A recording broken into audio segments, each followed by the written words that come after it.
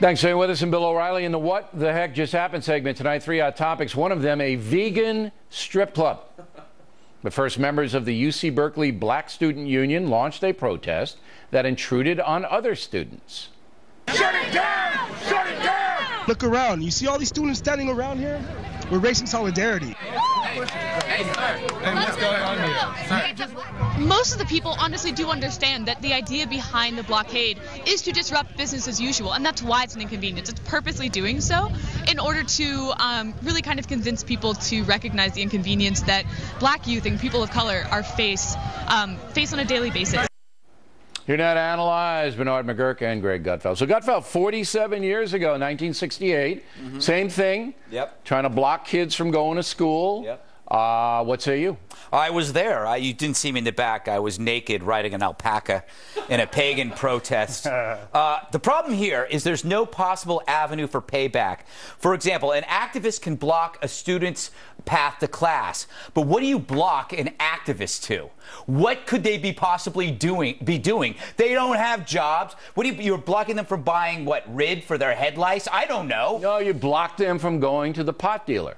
You surround the pot dealer. I'm against that, Bill. Okay. I'm against that. You say? I say this kind of stuff always backfires. You don't win anybody over to your side when you do stuff. But do you really think they care about that? No, they don't, because they're ignorant, selfish, narcissistic, spoiled morons. And by the way, here in New York, we happen to have a 25-year-old NYPD cop was executed. Yep. I mean, how about a vigil for this guy? This guy, he was a blue-collar guy that didn't have the privilege of going to college. He became a cop, and in that 5 years, he made 150 arrests. He saved people's lives. How about doing something for him while you guys were in your rooms, the dorm rooms, smoking your bongs? This is all about power, and narcissism's the right word, bringing attention to themselves for the greater good so they can say how noble they are. You know, just look, you can protest. I have no beef about that. The kid wants to go to class, or he's got an exam and a professor, you let him go to class. That's theft. If you're blocking somebody from a class that they paid for, that's theft.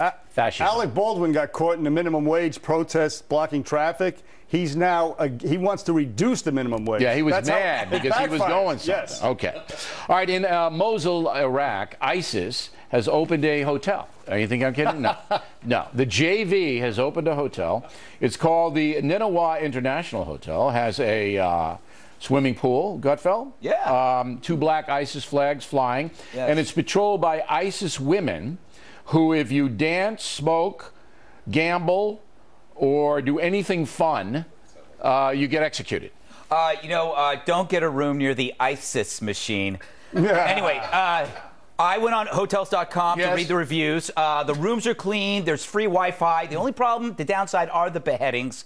But they do have free continental stonings. And the mini bar is actually a bucket and a goat, so you can milk it. Get the goat milk. And they have complimentary lashings when you check in. Complimentary lashings. Yes, it's wonderful. Well, look, they obviously no King James Bibles. That's one of the no. And it humanizes these guys. It shows you that savages need R&R as well. That's right. They have can I get vacation. Can I get a room with a view of the beheadings, please? Right. Yes. There might not be any dancing, smoking, drinking, gambling, but this is true. There is a bowling alley. The problem is they might use your head as a bowling ball sometime in the future. But people think that we're making this up. No, we're not making this up. True. ISIS opened a hotel. I mean, they conquered the hotel. They didn't build it, and they just said it's an ISIS hotel. All right, now, from ISIS, we go to Portland, Oregon. I used to work at Portland. It's a beautiful town. All right, they now have a strip club only for vegans. Roll the tape. I don't even allow the dancers to wear any fur, feathers, wool, leather, anything from an animal. And so basically it's an educational process, not just for the customers, but for the dancers themselves. You want a great education? Come to Casa Diablo.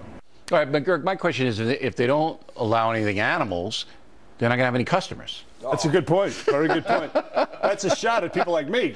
Oh, yeah? You're a vegan? By the way, no. I go to strip clubs. Oh, I thought you were a vegan. No. Listen, look, when I go to a strip club, I don't want to see some hungry, bony stripper. I don't want to see olive oil twerking. You know, I want a little jiggle in my wiggle, if you know what I'm saying. I don't.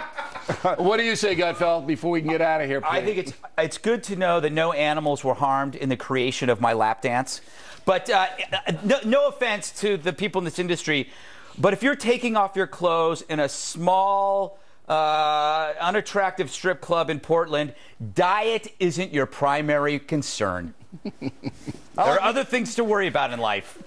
I like me some junk in my trunk, yo. That's what I think. Okay. I think we have the alliterations. Yeah. Now, but in a lot of these clubs, I can't go into the. Yeah, if I go into this, it'll be on a website, and I can't. Yes. So I mean, I have trouble even going into a to buy a baseball mitt because it's made of leather. All right, I can't do anything.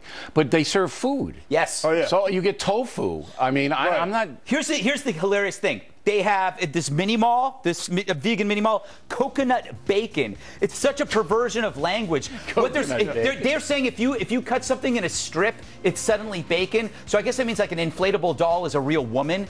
Coconut bacon is not real bacon, America. All right, that's it. Thank you very much. Brit Hume on deck. Is the network news taking ISIS seriously? In a moment.